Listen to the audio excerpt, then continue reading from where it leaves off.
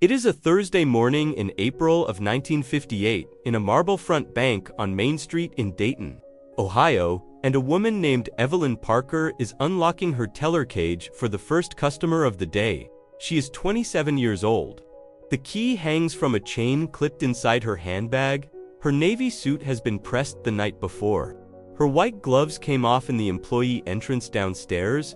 Her cash drawer was counted under supervision at 8:15. And in less than 15 minutes, she will begin handling money that does not belong to her, amounts larger than she earns in a year, one customer at a time. The first customer is already waiting outside. At exactly 9 o'clock, the doors will open. This is a countdown of 12 rules every American bank teller lived under in 1958. Some of them were written into manuals. Some were taught during training, others were never written anywhere at all. Yet every teller knew them. We're going to start with the smallest rules, the posture, the appearance, the way cash was counted.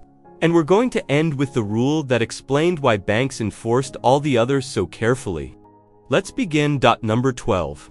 Stand when the customer approaches. In many American banks of the 1950s, the teller's chair existed mainly for moments when no customer was present. When someone stepped to the window, the teller stood. The gesture communicated attention, respect, and professionalism. Customers noticed, managers noticed, other tellers noticed. A young teller who remained seated while serving a customer often received a quiet reminder before the end of the day. The rule wasn't always written, it rarely needed to be. The culture of banking enforced it automatically. By her second year behind the counter, Evelyn stood without thinking. The motion became automatic, like breathing. Number 11. The appearance inspection. Before customers arrived, the assistant manager walked the line. He wasn't conducting a military inspection, but he was looking. Hair neat, shoes polished, suit pressed, no excessive jewelry, no bright nail polish, no visible signs of carelessness. Banking sold trust. Trust began with appearance. A customer depositing a life savings account expected stability. The institution wanted every employee to reflect it. The lobby's marble floors gleamed. The brass fixtures shined. The tellers were expected to match the building. Number 10. Every transaction written immediately. Modern banking relies on computers. Evelyn relied on a pencil. Every deposit, every withdrawal, every correction, every transfer. Everything was recorded the moment it happened, not later, not after lunch, not when things slowed down immediately. A teller who trusted memory instead of paperwork was a teller headed toward trouble. By midday, Evelyn might process hundreds of entries. Without written records, the day would become impossible to reconstruct. The pencil moved almost as often as the cash. Number 9. Never count money once. A customer handed over $20. Evelyn counted it, then counted it again. When she returned money, she counted it aloud, then counted it into the customer's hand. The rule existed for one reason: mistakes. 1 count prevented few of them. 2 counts prevented many. 3 counts prevented most. Bank training emphasized repetition because repetition reduced loss. Customers sometimes became impatient, managers never did. The extra few seconds were cheaper than an accounting discrepancy. Number 8. The customer's balance was private. Bank secrecy in 1958 was not a marketing slogan. It was a professional obligation. A teller knew which local businessman carried large balances. She knew who struggled. She knew who deposited cash every Friday. She knew who bounced checks. None of it left the bank. Not at church. Not at dinner. Not at home. A teller discussing customer finances could find herself unemployed very quickly. Trust was the product banks sold. Confidentiality protected it. Number 7. No personal conversation while working. Evelyn knew the teller beside her. They worked together every day. They attended office parties together. Sometimes they rode the same bus home. But while customers stood at the counter, conversation stopped. The focus remained on transactions. Accuracy required concentration. Concentration required discipline. Managers viewed distractions as risks. The customer in front of the window always came first. Number 6. Balance your drawer before leaving. At 3 o'clock in the afternoon, the lobby doors closed. The work did not came balancing. Every bill. Every coin, every transaction, every receipt, every entry, The numbers had to agree. If the drawer showed a difference, the teller stayed. 5 cents, 10 cents, a dollar. The amount did not matter. The discrepancy had to be explained. Many tellers remembered balancing as the most stressful part of the day. The customers were gone. The pressure remained.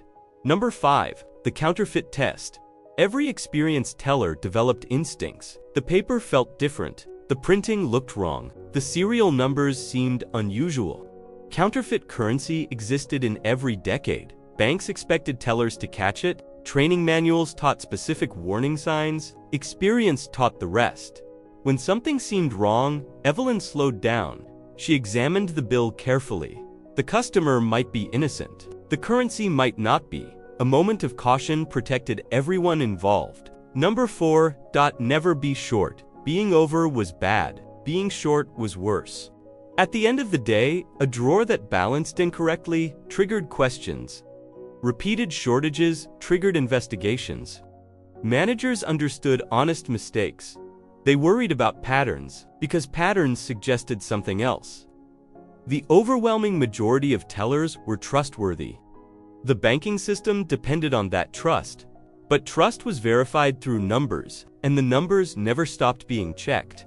Number 3. Promotion was limited. The bank lobby looked modern. The opportunities inside often were not. By 1958, many women worked as tellers. Far fewer became branch managers. The higher positions remained overwhelmingly male. A talented teller could spend years proving herself, sometimes decades. The work demanded responsibility. Advancement did not always follow. Many women understood this reality long before management acknowledged it. The ceiling was invisible. The effects were not. Number 2. Every dollar belonged to someone else. This lesson appeared early in training. The money in Evelyn's drawer was not hers, not temporarily. A teller handled money constantly while owning none of it. The distinction mattered, because familiarity can create carelessness. Banks wanted neither. Every bill crossing the counter belonged to a customer until proven otherwise. Respect for that fact shaped every transaction. Which brings us to number 1. They saw the polished counter. They saw the careful counting. What they didn't see was the system underneath. Number 1. The bank trusted no one completely, not even Evelyn, especially not Evelyn. Every transaction generated records, every drawer was balanced. Every account was audited. Every procedure included verification by another employee somewhere in the process. The bank was not built on personal trust. It was built on controlled trust. The institution assumed that people could make mistakes. Then it created procedures designed to catch them. That was the hidden rule beneath every other rule. The appearance rules, the counting rules, the balancing rules, the privacy rules, all of them served the same purpose: reducing risk, because banking in 1958 depended on confidence. The customers saw a woman behind a counter. The bank saw a guardian of accuracy. The difference mattered. By the early 1960s, banking technology would begin changing. Computers would slowly arrive. Electronic systems would reduce some of the paperwork. Many procedures would evolve, but the central idea remained. Trust requires verification. Evelyn left the bank in 1969 after 11 years behind the counter. The marble building still stands. The teller cages are gone, the ledgers are gone, the pencil entries are gone. The rules, however, remain recognizable: accuracy, confidentiality, verification, responsibility. The language changed.